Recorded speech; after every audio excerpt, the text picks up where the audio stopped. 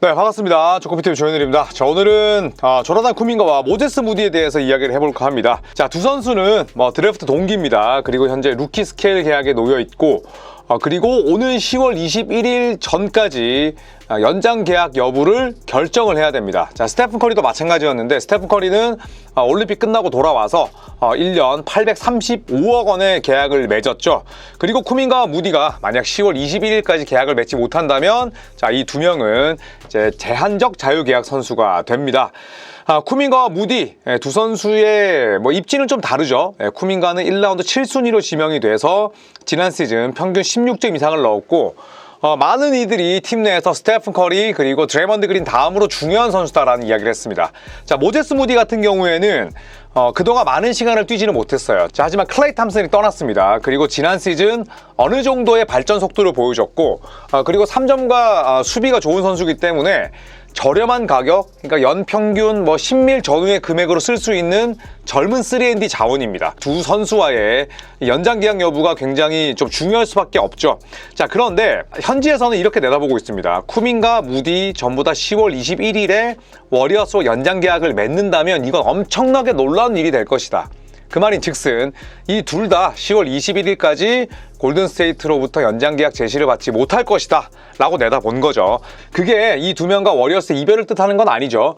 제한적 자유계약 선수로 풀리게 되면, 자, 물론 이 두 명은 조금 감정이 상할 수도 있지만 다른 팀들의 퀄리파잉 오퍼를 매치하면 되기 때문에 워리어스와 또 쿠민가, 워리어스와 무디가 함께할 가능성은 여전히 존재하긴 합니다만, 일단은 쿠민가 같은 경우에는 지금 팀이 원하는 바와 또 쿠민가 캠프가 원하는 쪽의 간극이 굉장히 큰 편이에요. 일단 쿠민가가 원하는 건 풀맥스 계약입니다.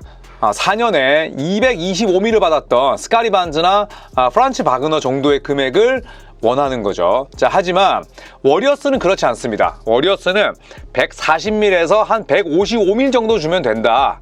간단한 예로 지금 나와 있긴 합니다만, 이 제이든 맥데니얼스가 2023년에 미네소타와 5년에 131밀의 계약을 맺었단 말이죠. 그래서 그거보다는 조금 더 금액을 쓰면서, 하지만 스카리 반즈나 혹은 프란츠 바그너급은 택도 없고 5년에 175밀을 받았던 토론토 랩터스의 이마뉴엘 퀴클리만큼도 줄 순 없고, 제이든 맥데니얼스보다 조금 더 높은 수준 140에서 한 155밀이면 오케이다. 자, 이렇게 되면 팀과 쿠민가 캠프 측의 총 금액 차이가 약 85밀 정도가 납니다.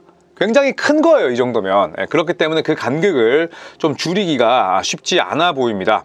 물론 돈이 문제가 되지 않는다면 워리어스는 쿠민가도 잡고 싶고 또 모제스 무디도 잡아야겠죠. 자, 하지만 골든스테이트 워리어스는 이제 겨우 세컨 에이프런에서 벗어났습니다. 셀러리 디자인을 그래도 잘 해서 사치세를 굉장히 많이 줄였습니다. 현재 퍼스트 에이프런에 지금 하드캡입니다. 그리고 여유가 현재 0.5밀밖에 없습니다. 다른 선수를 영입하더라도 미니멈밖에 줄 수 없는 상황이고, 또 이 쿠민가와 혹은 모제스 무디가 엄청나게 또 많은 금액을 요구한다면 사실은 사치세 부분 때문에 이 두 명 다 혹은 둘 중에 하나는 포기할 수밖에 없는 그런 상황인 거죠. 현지에서는 이렇게 내다보고 있어요. 골든스테이트 워리어스가 클레이 탐슨이 떠났습니다. 클레이 탐슨이 떠나면서 스테픈 커리는 클레이 탐슨 없는 이 해를 맞이를 해야 되는데, 결국에는 클레이 탐슨의 공백을 어떻게 메우느냐, 이것보다는 중요한 마감일 10월 21일 전까지 쿠민가와 무디에 대한 계약을 어떻게 처리할 것이냐가 첫 번째 관건이다라고 지금 이야기를 하고 있어요. 그래서 10월 21일, 이제 한 달 15일로 다가왔는데 이 날짜가 굉장히 중요할 수밖에 없습니다. 자, 워리어스가 둘 다 이 두 명을 잡는 건 쉽지 않죠. 그렇다면 취사 선택을 해야 되는데, 쿠민가와는 지금 팀이 생각하는 금액과 본인이 생각하는 금액의 격차가 너무 크고요. 이 모제스 무디는 누구나 다 알고 있습니다. 골든스테이트 워리어스를 떠나야 본인이 더 많은 기회를 잡을 수 있고 본인의 가치를 높일 수는 있는데, 팀의 측면에서 놓고 보자면 모제스 무디와의 계약이 훨씬 난이도가 낮겠죠. 왜냐하면 연평균 금액이 8에서 한 12밀 정도일 테니까 팀 입장에서도 크게 부담스럽지 않고, 또 무디는 팀이 시키는, 팀이 원하는 모든 걸 또 다 맞춰줄 수 있는 능력인 반면에, 쿠민가는 본인이 200밀, 220밀을 흘리는 것에서 알 수 있듯이 에고가 굉장히 셉니다. 자, 그러다 보니까 두 선수를 좀 대하는 그런 입장 차이가 또 있을 수밖에 없겠고요.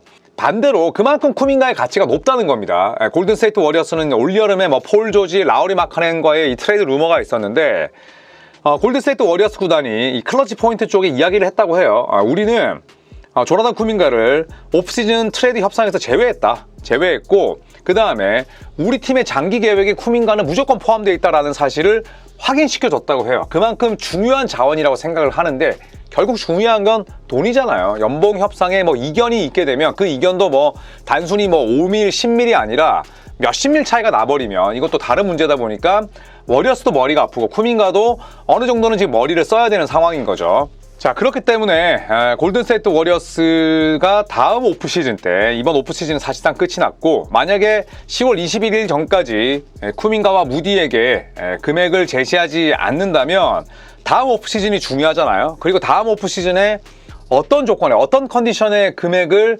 제시할지 여부는 다음 시즌에 쿠민가와 무디가 어떤 역할을 맡을지에 따라서 또 어떤 방식으로 내가 경기를 치르고 어떤 방식으로 스티브 커 감독이 원하는 그런 농구에 또 반응을 하고 또 잘 적응을 하는지 여부에 따라서 굉장히 많이 달라질 겁니다. 자, 반대로 골든스테이트 워리어스는 스테픈 커리가 건재하는 한 리빌딩은 없잖아요. 그리고 계속해서 우리는 언제든지 트레이드를 할 준비가 되어 있다는 메시지를 던지고 있습니다. 이대로 우리의 로스터 개편안이 끝난 건 아니다라고 지금 계속 어필을 하고 있거든요. 자, 그렇다면 서부 컨퍼런스에서 굉장히 경쟁력이 있는 그런 팀으로 거듭나기 위해서는 트레이드 마감일에 또 엄청나게 바쁘게 움직일 가능성도 충분히 있습니다.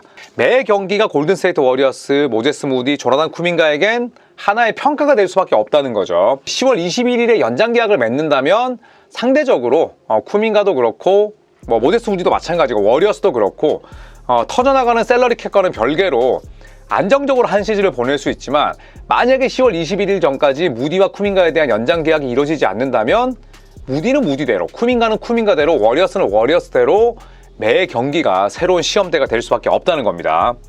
자, 골든스테이트 워리어스는 2015-16 시즌 73승 9패라는 역사적인 시즌을 보냈습니다. 그리고 이 기록을 포함해서 5시즌 내리 50승 이상을 따냈습니다. 자, 하지만 지난 5시즌 동안에는 50승 시즌이 딱 한 번이었어요. 물론 뭐 코로나로 단축된 시즌이 있긴 했습니다만 확실히 지금은 쇠락하고 있어요. 자, 하지만 스테픈 커리가 있는 한 또 드래먼드 그린이 있는 한 골든스테이트 워리어스는 리빌딩 없습니다. 무조건 달리고 윈나우 당장 오늘 이기고 내일 이겨야 되는 팀이기 때문에 쿠민가와 무디가 그런 소용돌이 속에서 쿠민가와 무디가 어떤 활약을 펼칠지도 굉장히 궁금한 사안입니다. 자, 쿠민가는 NBA에서 3시즌을 보냈습니다. 그리고 1라운드 7순위 연평균 약 한 5.5밀 정도를 받았고요. 지난 시즌이 커리어 하이였습니다. 74경기 뛰면서 16.1득점, 리바운드가 조금 구리긴 하지만 모든 항목에서 장족의 발전을 거듭했습니다. 슈팅도 좋아졌고, 자, 물론 뭐 대인 수비가 좀 아쉽고 팀 디펜스 능력이 떨어지긴 합니다만 쿠민가의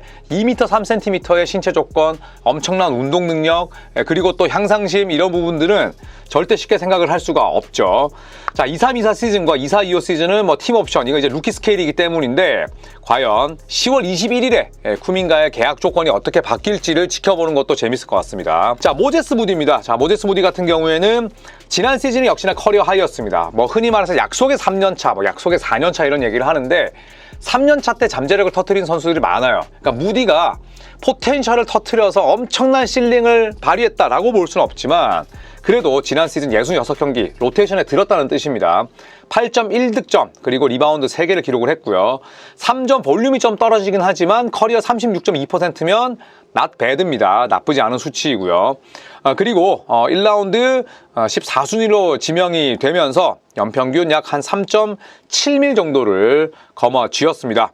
자, 무디는 시장 평가가 뭐 약 한 10밀 정도 언저리를 받을 것이다 라고 내다보고 있습니다. 자, 그리고 뭐 디앤서니 멜튼 들어왔고 그 다음에 버디 힐드가 오긴 했습니다만 무디는 골든스테이트 워리어스에서 3년이라는 시간을 보내면서 그 시스템을 잘 적응을 했고 인고의 시간도 저는 잘 극복을 했다고 생각을 합니다. 그렇기 때문에 무디가 연장 계약을 제시받든 제시 안 받든 제시받지를 못하던 저는 다음 시즌 24-25 시즌 때 모제스 무디의 평균 2자리 득점을 저는 예상을 해보겠습니다. 워낙 성실하고 팀이 원하는 바를 아주 충실하게 이행을 하기 때문에 저는 4년차 시즌에도 무디가 발전을 할 것이라고 생각을 합니다. 자, 그리고 포머 레이커 전 레이커스 선수가 골든스테이트 워리어스와 함께 지금 2년을 이어가고 있다고 하는데 바로 트로이 브라운 주니어 선수입니다. 자, 트로이 브라운 주니어 이외에도 브라질 대표로서 2024 파리올림픽에서 맹활약을 했었던 브루노 카브콜로, 그리고 아주 훌륭한 슈터죠, 다비스 베르탕스 역시도 트레이닝 캠프 계약을 맺었습니다. 이 트레이닝 캠프 계약은 정식 계약은 아니고요, 굉장히 좋은 활약을 펼쳤을 때 그때 이제 한 자리를 얻을 수 있는, 어떻게 본다면 비보장에 훨씬 더 성격이 가까운 그런 계약인데, 우선 카보콜로도 같이 운동을 했었고, 그 다음에 베르탕스도 합류를 할 예정입니다. 여기에 트로이 브라운 주니어도 워크아웃을 하고 있다고 하는데, 이 베르탕스 같은 경우에는 워싱턴 위저드 시절에 무려 42.4%의 3점과 함께 15.4득점을 올린 적이 있습니다. 하지만 그 당시에 비해서는 3점의 유력이 많이 떨어졌고요. 그리고 브루노 카보콜로는 NBA 뛸 때 멘탈이 굉장히 좋지 못했죠. 자, 하지만 NBA를 떠나고 나서 좋은 활약 펼쳤고, 이번 파리올림픽에서도 큰 경기에 강한 면모를 보였습니다. 그래서 카보콜로를 초청해서 또 함께 훈련을 진행을 했었습니다. 자, 이런 경우가 처음은 아니죠. 지난 여름만 하더라도 골든스테이트 워리어스가 이런 워크아웃 현장에 불렀던 선수가 바로 루디 게이였어요.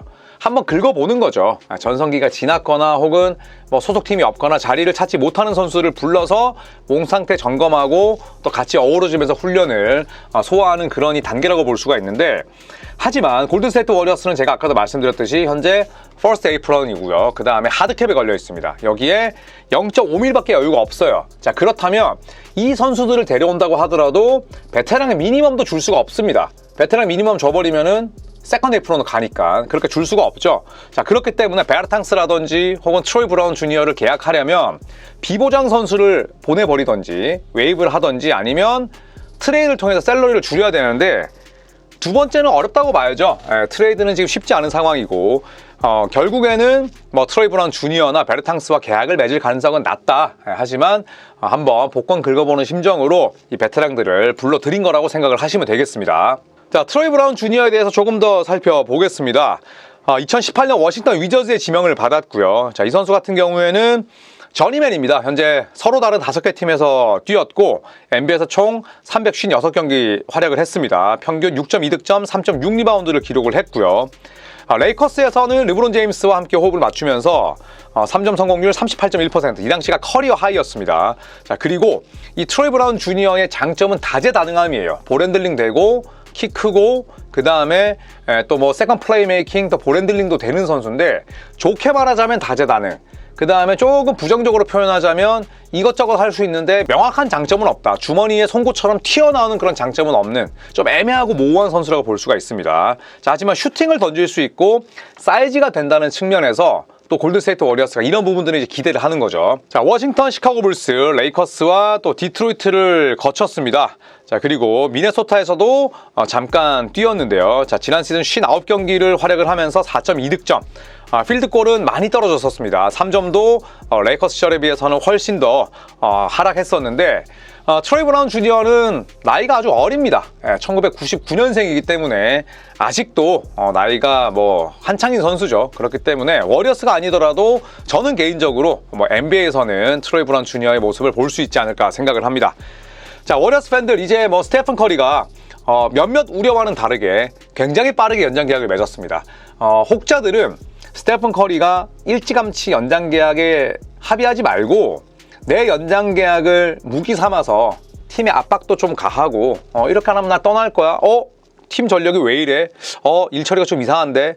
자, 이런 본인의 계약 상황을 무기로 삼을 수 있었지만 그러지 않았습니다. 스테픈 커리는 일찌감치 연장 계약을 합의했고요. 이제는 쿠민가와 모제스 무디가 남아있는데, 자, 10월 21일이 굉장히 중요한 분기점이라는 거 워리어스 팬들도 잘 알고 계실 거라 생각을 합니다. 자, 구독과 좋아요, 알림 설정 꼭 부탁드리고요. 자, 15만을 향해서 열심히 달려가겠습니다. 고맙습니다.